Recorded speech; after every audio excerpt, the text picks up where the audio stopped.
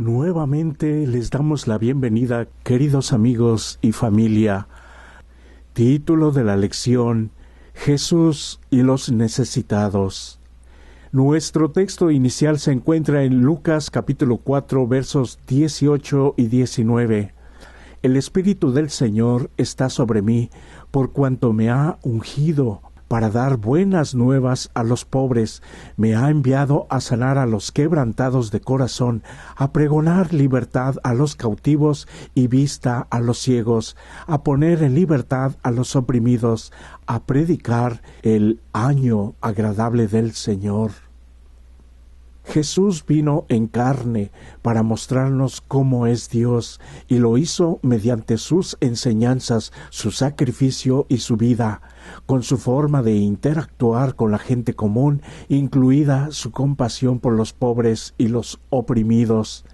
El ministerio del Mesías había sido profetizado y los autores de los evangelios utilizaban el lenguaje de los profetas del Antiguo Testamento para así explicar lo que Jesús hacía. Sin embargo, los líderes religiosos, en un horrible ejemplo de injusticia y crueldad, arrestaron a Jesús, lo procesaron arbitrariamente y lo crucificaron. En Jesús, Dios sabe lo que es la injusticia. En su muerte expuso el horror del mal, pero en su resurrección triunfó a favor de la vida, la bondad y la salvación. El ángel Gabriel anunció a María que ella sería la madre de Jesús, el Hijo del Altísimo. Al visitar a Elizabeth, que también esperaba un bebé milagroso, juntas celebraron las promesas y la bondad de Dios. Porque me ha hecho grandes cosas el Todopoderoso, santo es su nombre. Quitó de los tronos a los poderosos y exaltó a los humildes. A los hambrientos colmó de bienes y a los ricos envió vacíos. Su alabanza y adoración a Dios es personal, pero también con aplicación universal. Obró en su vida, pero también existe un plan más amplio que Dios tiene para toda la raza humana. Dios es digno de alabanza, misericordioso y se preocupa especialmente por los humildes, los oprimidos y los pobres. A Jesús lo presenta como gobernante, pero de un tipo de reino al revés, donde los más poderosos y ricos de este mundo son los más bajos en importancia, y los pobres y los oprimidos son liberados, colmados y exaltados. Y como aclaración, debemos mencionar que está hablando de los ricos impíos y no de los que recibieron el amor de Cristo, que le siguen y le sirven. En Lucas 4, versos 16 al 21, está su primer sermón público de Jesús, usando Isaías capítulo 61, versos 1 y 2. Es una declaración de su misión. Hoy se ha cumplido esta escritura delante de ustedes. Como María y su reino al revés, enfoca su cuidado en los pobres, los que sufren y los oprimidos. Y estas son las buenas nuevas, el Evangelio, demostrando que lo espiritual y lo práctico deben complementarse. Jesús envió a los discípulos a anunciar que el reino de los cielos se había acercado y les dijo: sanen enfermos, limpien leprosos, resuciten muertos, echen fuera demonios, de gracia recibieron, den de gracia. Los discípulos, en nombre de Jesús, reflejaban los valores y los principios del ministerio de Jesús y su reino para todos, pero especialmente en los últimos, los oprimidos y los perdidos. Bueno es ir a la iglesia, pero después de adorar al Creador, el deber siguiente es prepararse y salir a compartir el Evangelio a todo el mundo, comenzando con la comunidad alrededor, que casi siempre tiene prejuicios contra la iglesia, pero que con un servicio abnegado por los necesitados podría cambiar la historia. Los evangelios narran los milagros de Jesús, especialmente los de curación. Isaías lo había profetizado, sanaba a los ciegos y liberaba a los que habían sido cautivos de la enfermedad, los cojos volverían a caminar, sanaban los leprosos, les hacía frente a los demonios que poseían la mente y el cuerpo de las personas e incluso resucitaba a los muertos. No siempre estos milagros convencían a escépticos y críticos, pero el objetivo final era que la gente llegara a ser salva en él. Jesús expresaba así de su compasión. Y saliendo Jesús vio una gran multitud y tuvo compasión de ellos y sanó a los que de ellos estaban enfermos. Jesús sentía el dolor de quienes sufrían e hizo lo que pudo con la gente con la que entró en contacto para ayudarla y animarla. La profecía de Isaías, también mencionada en Mateo capítulo 12 versos 15 al 21, identifican que lo que Jesús hacía era una señal especial de su divinidad. Él estaba haciendo la obra que había sido predicha acerca del Mesías, pero para los fariseos esas obras de misericordia eran una ofensa. Eran indiferentes al sufrimiento humano y en muchos casos su egoísmo y opresión habían causado la aflicción que Cristo estaba aliviando. Por eso eran un reproche muy grande para ellos. Los milagros de Jesús en ningún caso eran un fin en sí mismo. En última instancia, todo lo que Cristo hizo fue con el propósito de conducir a la gente a la vida eterna.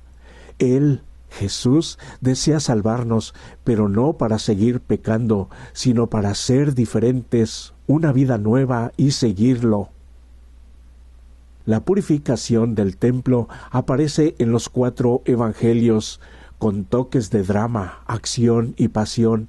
Jesús actuó así por la forma equivocada de los asistentes al utilizar mal el templo y por reemplazar su adoración verdadera desde el corazón a cambio de sacrificio de animales. Qué contraste con la manera suave y misericordiosa con que atendía a los necesitados después de haber expulsado a los mercaderes y a los cambistas. El pueblo reconocía que Jesús era el Mesías profetizado y acudía a él para ser sanados, y la esperanza renacía en su corazón mientras escuchaban sus enseñanzas. Los dirigentes religiosos también reconocieron que Jesús era especial, alguien que era peligroso para su poder y la supuesta estabilidad de su orden social, y salieron a conspirar para asesinar a Jesús, del mismo modo que sus antecesores habían conspirado contra los profetas en siglos anteriores. Nuestras iglesias locales nunca se deben convertir en lugares de mercadeo de salvación a base de obras para pagar por nuestra salvación. Esto nunca podrá realizarse, esto nunca Dios lo va a aceptar, porque Dios quiere la entrega completa de la vida por nuestro propio beneficio. En Isaías capítulo 53, Dios ve y escucha el clamor de los pobres y los oprimidos en la persona de su Hijo Jesucristo. Es asombroso que Él haya soportado lo peor de la inhumanidad, la opresión y la injusticia de nuestro mundo. A pesar de toda la compasión y la bondad que Jesús demostró en su vida y su ministerio, murió como resultado del odio, los celos y la injusticia. Y aunque su muerte estaba profetizada, jamás se iban a poder justificar los malvados. Desde su angustia en el Getsemaní hasta su arresto, pasando por los supuestos juicios, las torturas, las burlas, la crucifixión y la muerte, Él sufrió una dura prueba de dolor, crueldad, maldad y poder opresor.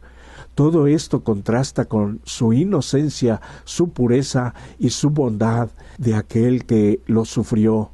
se despojó a sí mismo, tomando forma de siervo, hecho semejante a los hombres, y estando en la condición de hombre, se humilló a sí mismo, haciéndose obediente hasta la muerte, y muerte de cruz. Por eso, en Jesús, Dios sabe lo que se siente ser víctima del mal y de la injusticia.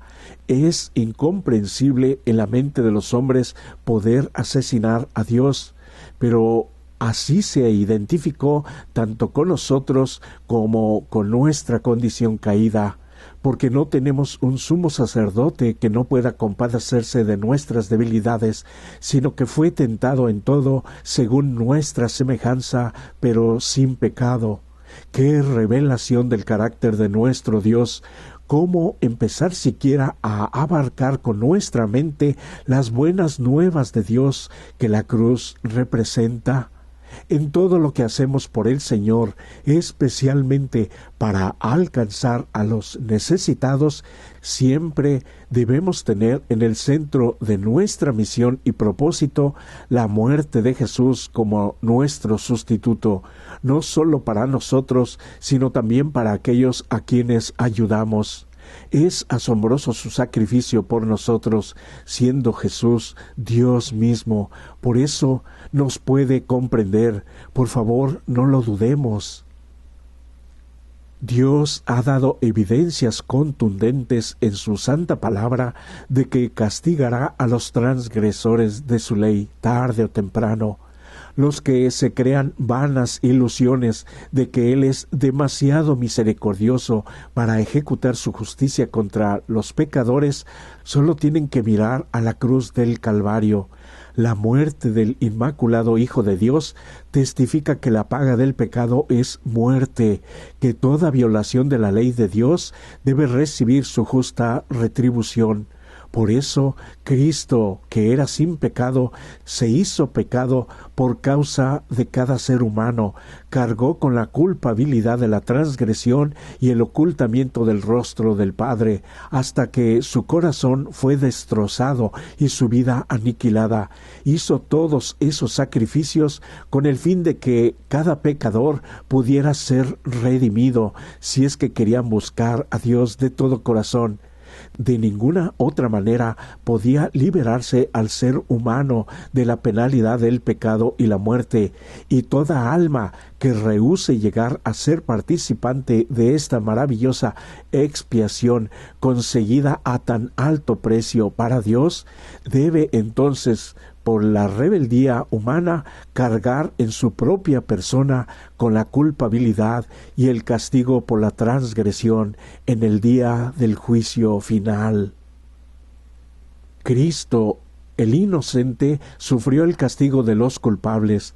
Nunca abogó por una reforma política, ni utilizó la violencia y la opresión para ayudar a los desamparados y los oprimidos.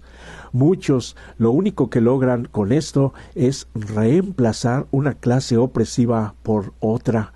Los cristianos debemos trabajar con los poderes existentes para tratar de ayudar a los oprimidos, aplicando siempre el método de Cristo. El plan de salvación quiere hacer de nosotros primero nuevas personas en Cristo, para entonces poder servir mejor en las manos de Dios a nuestros semejantes. Nuestro resumen es: Jesús demostró ser el Mesías esperado, dando buenas nuevas a los pobres, la salud a los quebrantados de corazón y la libertad para los cautivos. Con todo, en su muerte Él también sufrió la peor de las injusticias, finalmente superó lo peor de la humanidad caída y la crueldad que esto conlleva. Gracias a su muerte injusta en favor de nosotros, podemos obtener el perdón y tenemos la promesa de la vida eterna. Por favor, piensa en esto, porque no hay otro camino. Por eso hoy es un nuevo día de oportunidad para acercarnos más y más al corazón de Dios a través de su santa palabra, la Biblia, a través de la dirección de su Santo Espíritu, a través de la iglesia a la que asistimos para ser transformados, pero para salir a servir a aquellos que lo necesitan, los oprimidos, los necesitados, porque esta es también verdadera adoración a nuestro Dios. Deseo que Él te inspire hoy y siempre a hacer las mejores decisiones. Amén.